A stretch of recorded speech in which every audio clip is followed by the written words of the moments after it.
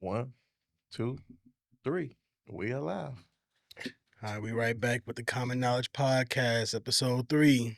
Hell, we on the road. Got Ken Analyst, no ID, back here again. Just took a little intermission. How's it been since the last time I talked with you? You'll be surprised what happened in the world. Yeah. And everything. But what was the when was the last time that you had a challenge that really made you have to rethink on how to get over something? Like what was the last time you pushed yourself to the limit?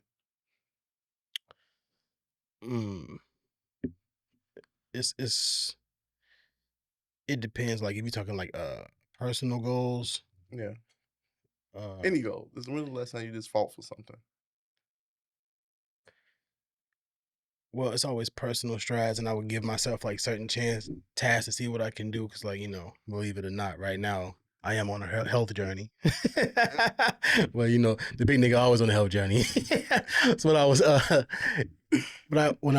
like, am I really gonna have the what it takes to really instill that discipline? So I ended up going to Hawaii, and they got a volcanic mountain called the Coco Head Crater.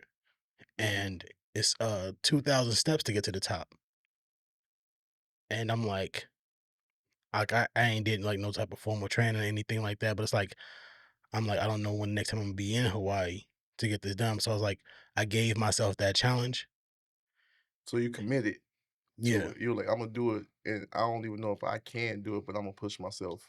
Yeah, like cause to do it. To instill a new discipline in myself, because like usually I have points of motivation and you get inspired to do certain things, but like once the motivation runs out, the discipline got to take over, and I just haven't had like a lot of discipline in myself. So like I was like, I'm gonna take the undisciplined version of myself up to the mountain. I'm gonna kill him. So it's like, so I'm climbing. I'm like, I'm gonna climb this mountain. I'm gonna actually make it happen. And it was one of the hardest things that you did in a while. Yeah, it was insane. And then like halfway up, you start feeling like you about to die. Yeah. And I was like, man, I can't stop here, and I can't go back because I went too far to go back. And I was like, I got like looking at the top of the mountain, it's like discouraging because like you just see it like peering down on you, but it's like you look back and you see how far you came, and to help pause. Yeah, but like to keep moving, you can't really look at how far you got to go. I just kept looking at the next step. And then I was like, I really got to take this for like with me in life. Cause like when you looking at how far you got to go, you feel like you can't make it. But like when you keep taking one step at a time and then you look back, you're like, man, I really didn't came this far. So like that was intense. Last month I did that. So did you have to change? And we got to get more on the Hawaii trip. But did you have to change the way your pace? Did you change your pace? Oh yeah, because like at first I was like trying to skip steps. I'm like, okay, 2,000, I'm gonna do these 2 at a time. Yeah, that didn't last long. I'm trying to skip steps. I'm like, oh wait, hold on, I gotta sit on the side. It was intense. Well, I was wearing a hat, sweated out the hat, everything. I was like, I'm like, I ain't gonna be able to make it. Luckily, I had brought enough water. Yeah. How much water did you bring? That's another one. Yeah. Yeah. So I had 3 bottles of water, 2 Gatorade. So now I'm trying to ration. So I'm rationing, and I'm starting to burn through that before I even get all the way to the top. And on the way down, I ain't had nothing. I was like, oh my god. I got no help. I don't know who make it. Yeah, but that was one of those things. And also, I saw a video about people. They do the cave divers, they call it. Like they go through these caves and they like crawl through these tunnels. Yeah. And a lot of them die doing that. Oh. Because they'll get trapped up in there. They'll make a wrong turn. Anything will happen. And get lost and you can't find your way back. So yeah. Is it for them to do that, don't they have to leave like a trail? Like, don't they keep a rope with them to sometimes, but see a way out? Yeah, but sometimes they'll get lost and they'll be in an uncharted part of the cave. Yeah. But so the dude, he on a little TikTok, he's crawling through there and it's getting tight. And he was like, people always ask me like, why would I do something like this? And he was like, cave divers and cave explorers, like this is not how we die. This is how we live. Mm. So it's like he's not going there to die. He's going there to survive. So like as I was like halfway up the mountain, I'm like, why the hell did I even try to talk myself into trying something like this? It's like it's almost above my physical capabilities, my endurance. But it's like, you know, But once I'm you not about to die here. yeah, This is not how I die. This is how I live. yeah. So pretty much like once you made it to the top, after that, after you accomplished that or after you overcame that, did you feel like anything else that you made that you thought was did you go back to something that you thought was hard and then went back and did it Yeah, mainly because like what it was is like after you uh overcame that yeah, because like the challenge? the uh the heaviest weight in the gym, you know what it is? No. It's the front door. So the heaviest weight in the gym is the front door. Just getting in there is the hardest task for most people. So like a lot of times, like people try to build a thing called Atomic Habits. That's a book. They Yeah. will just go in the gym and walk out. Just to say, because like they gotta train themselves just to get in there. Are you serious? Yeah. So like just getting in there is like already a task in itself. So people, Like getting over the first hurdle. yeah. So like Yeah. the heaviest weight in the gym is the front door. So it's like I was like, if I didn't push myself and I can climb this mountain, I could try to get me like a exercise routine. Cause like I used to be super fit and I used to be able to do it, but like that's through the motivation. Mhm. And then it's like once I hit a goal weight or whatever, then it's like, okay, I'm done. But I didn't have enough discipline to keep going. So like that's the whole thing I'm on right now. When you say the discipline, what was the things that was making it like what's the part that you what was the things you was falling victim to? Like what was your weakness with when it comes to health and well I mean when it comes to health and fitness? Just not being motivated, like I was saying. Like Oh, so you just stopping. So yeah, I would just be like you'll make it. Okay, like I'm about to get to 240, get to 240, you're like, oh shit. Okay, now what? What like you're not motivated to stay there because like you're already there. So like the goal is already met. So it's like, well, you can see well, your body should kind of help because then now but you you start already got the body though. You're well, not trying to get to it. but you'll start losing it too. But you don't think about that till it's lost. Oh, So that's just tough. That's the next thing. So it's like, you know, but you got a situation that you was thinking about? no, the reason why I brought that up because one of the like our company us being lawyers and all it they gave us free therapy and everything. So I utilized it, and one of my last conversations with my therapist was like, and she was like, when was the last time you actually fought for something that you Mm. wanted, that you believed in, and everything?" And I couldn't answer that question. And when I was thinking back on my life, I was like, I haven't really, you know, really went through the mud to get something or really like got rejected and turn around and try it again. Some like one of my problems was like, well, it wasn't meant for me, wasn't meant for me, and then move on. And I think that's a crazy I don't think that when people say that, I don't even think that's good advice for people and everything.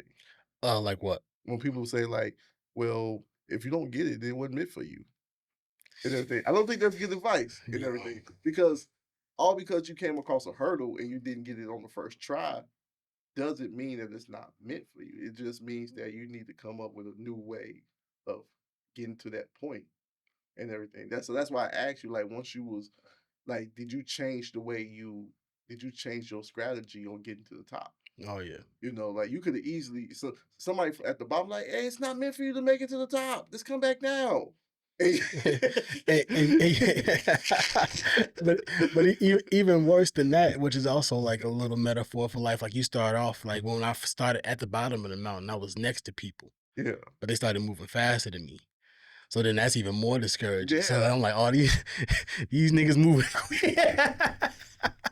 I'm like, and so like that's a whole nother thing. Like even if you feel like somebody is at another point that you feel like you should be at in life, you can't Yeah, really focus on what somebody else is. says, yeah, and when I think about it now, it's like, yo, I realized that I've potentially been holding myself back for decades and everything because I was not pushing myself to the max, or I wasn't pushing myself hard enough, or I wasn't trying hard and everything.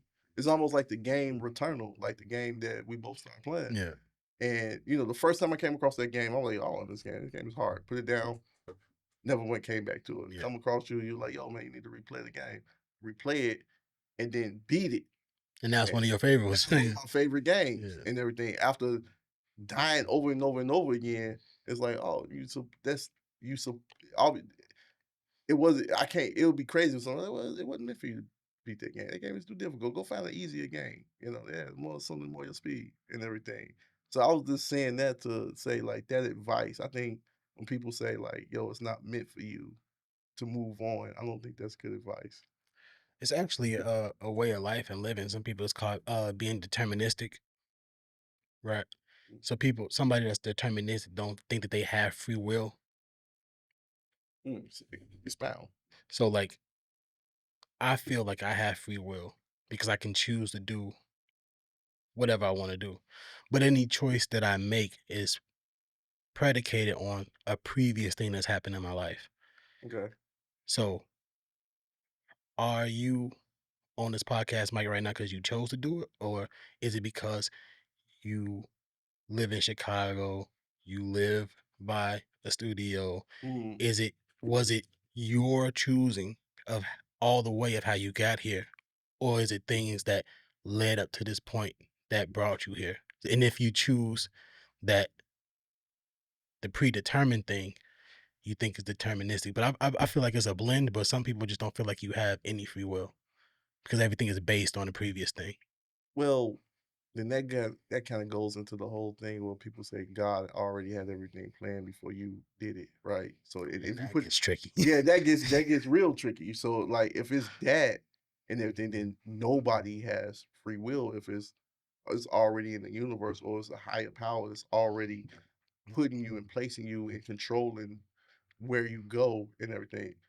Um, but I do think you have a choice to lean into what you want to do and to kind of brush it off or ignore what you're supposed to do. So I do think that plays a part. So when it came to this or when it comes to this, I think it's like, okay, there's something I want to do, and then now I'm here, and then now I feel like, okay, there are challenges. There are gut punches that I'm getting and everything, and I have a choice to just let it fall or to get up and go through the hurdles that's coming with it and everything. But it's like, you said you was in therapy? How many sessions you do with therapy? Um, I did 7.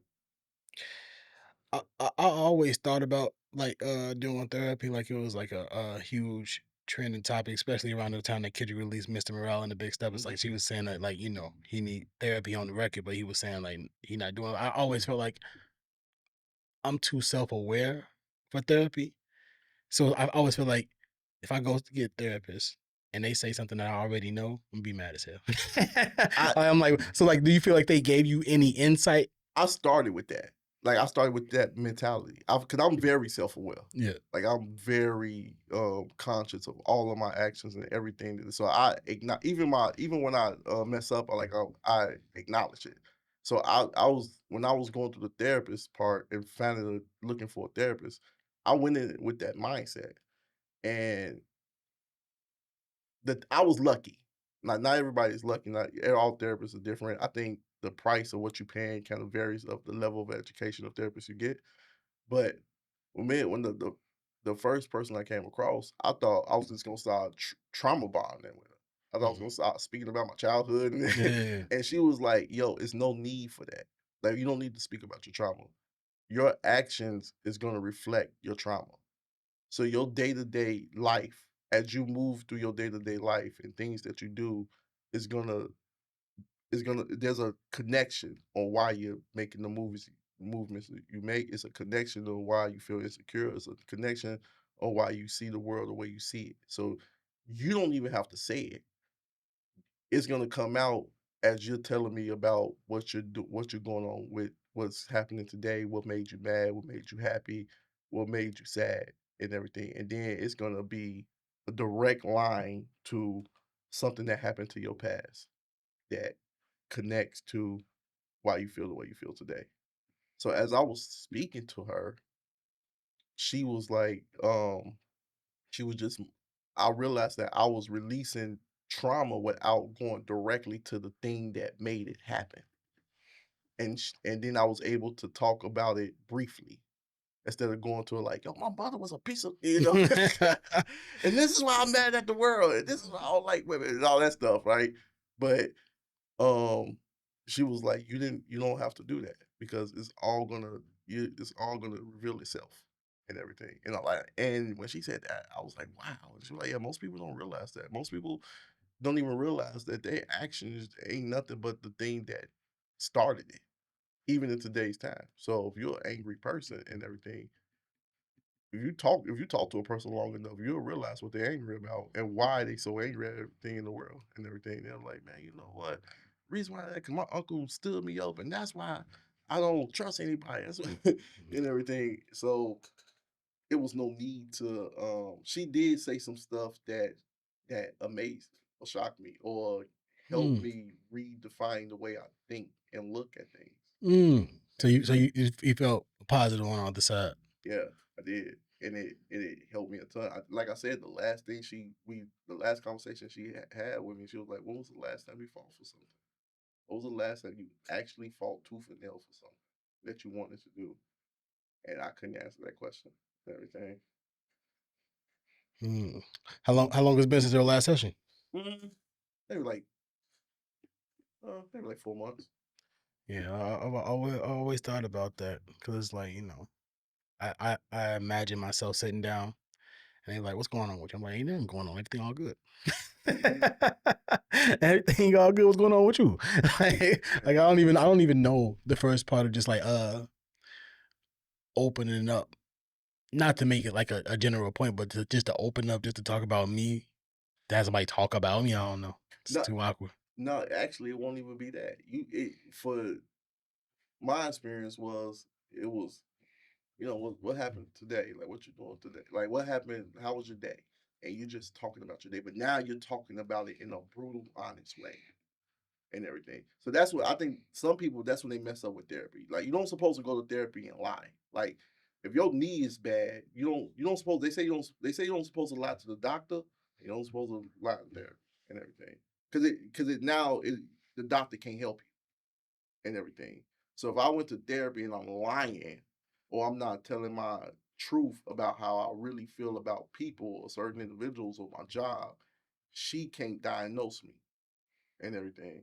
So you'll be surprised, like if you was to go to a therapist and everything, and you tell her about your day, and then you get on something like, yeah, I went to work today, and I saw a couple people in the office, and you'll be surprised. You will really reveal how you really feel about a certain individual in your office. Like you're like, yeah, I say hi to him and I shake the hand, but really, I don't like Yeah. him. I think he's a scumbag. I don't even know why I do it. Like, why am I shaking people's hands that I don't like? Can you explain that to me? And she may actually explain it to you, and stuff like that. Or you may um it'll turn into like you'll start talking about your relationship and you like stuff that you normally wouldn't say to your girl or your wife, you'll express it to her, and then your therapist will be able to guide you on how to handle that better. So it's not about you going to talk about yourself, it's more about you being brutally honest for stuff that you can't say in the public and everything. Like we can't be our pure selves in the public. Like you can't be your pure self in the office. You can't be your pure self at home. You can't really say the brutal, honest truth.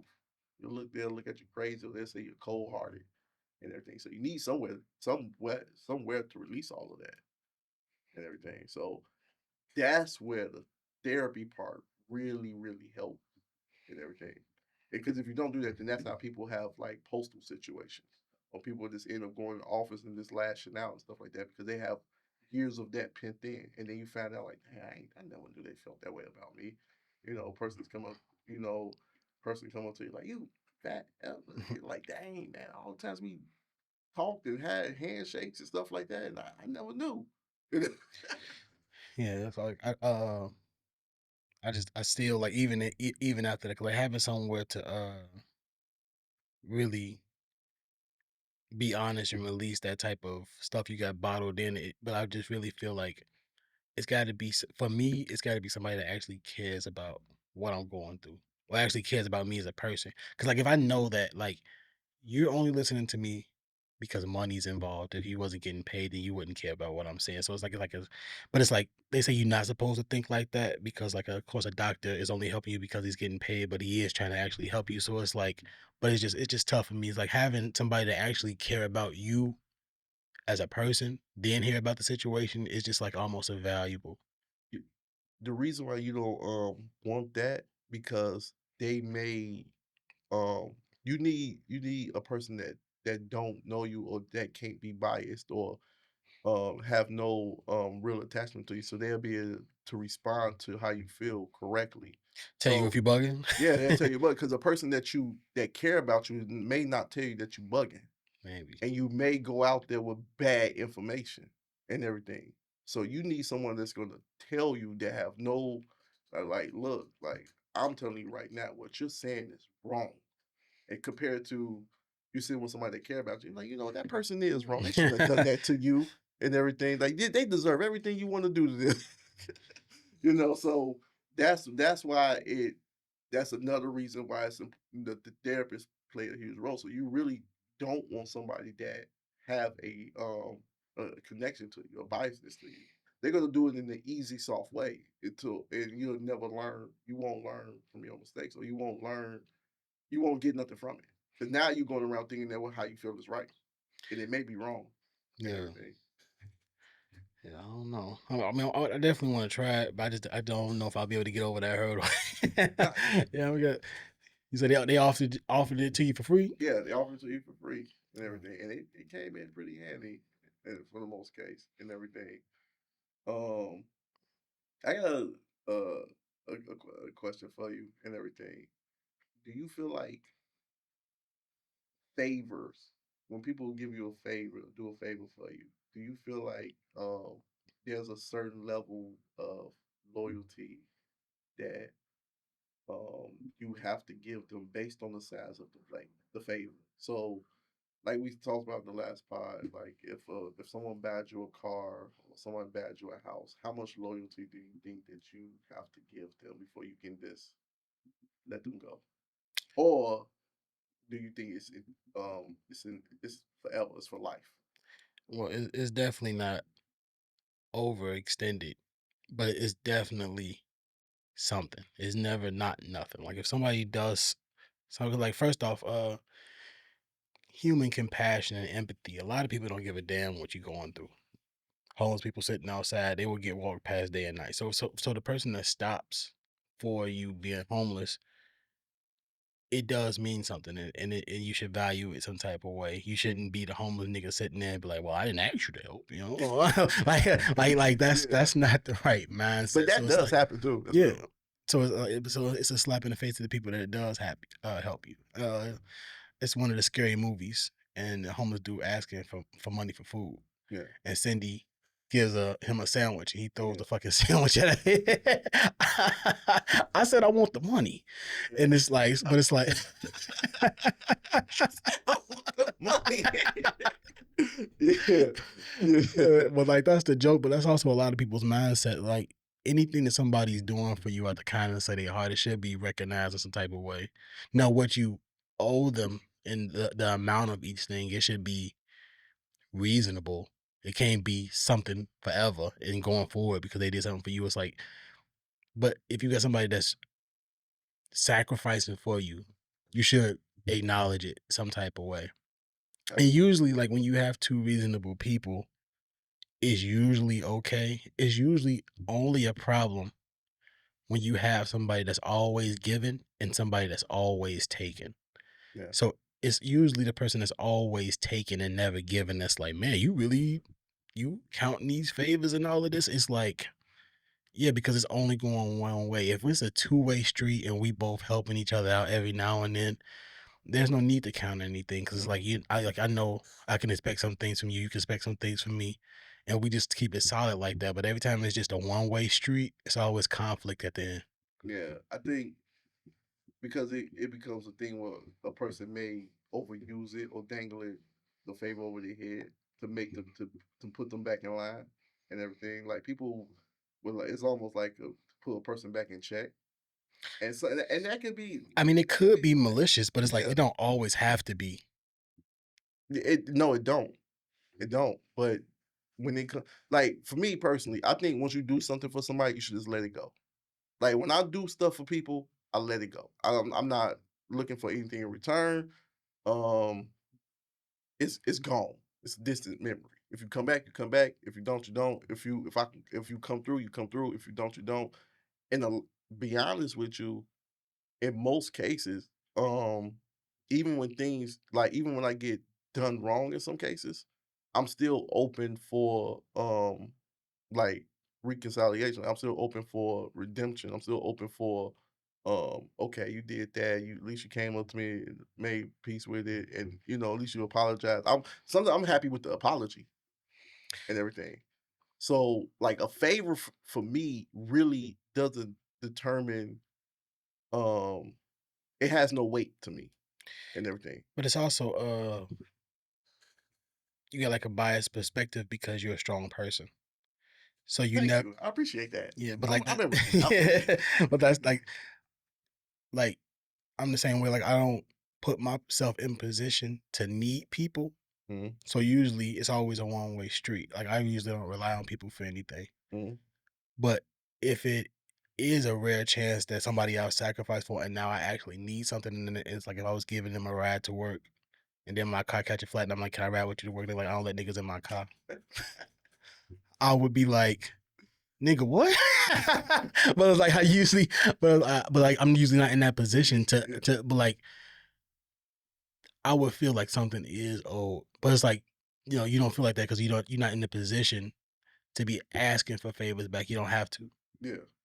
Well, even it and it man, I might need help because even in something like it, I will be you know what I would do? I would adjust how I deal with you, right? Yeah. So like in your scenario, like, yo, I need, you give this person a ride, and then the moment that you need a ride, I'm like, I don't let people in the car. Now I'm like, I bet we can still conversate and everything and stuff Do like you that. give him rides in your car still? If his car mess up? No, that's why I said I would adjust. So So yeah. I'll be like, yo, how you doing? Blah, blah, you think you give me a ride? Like, nah, I'll be like, I can't give you a ride, but I hope you found a ride. I want you, you should call so and so and everything. I give you some people that may be able to give you a ride and But everything. that's contradictory to your favors being free. No, it's not. It's not really contradictory. It's just me. Like I will be like, okay, well, we not rad people. Like I thought we was people that give each other rides, but obviously it's a one way We thing. people, you give me a ride. Yeah.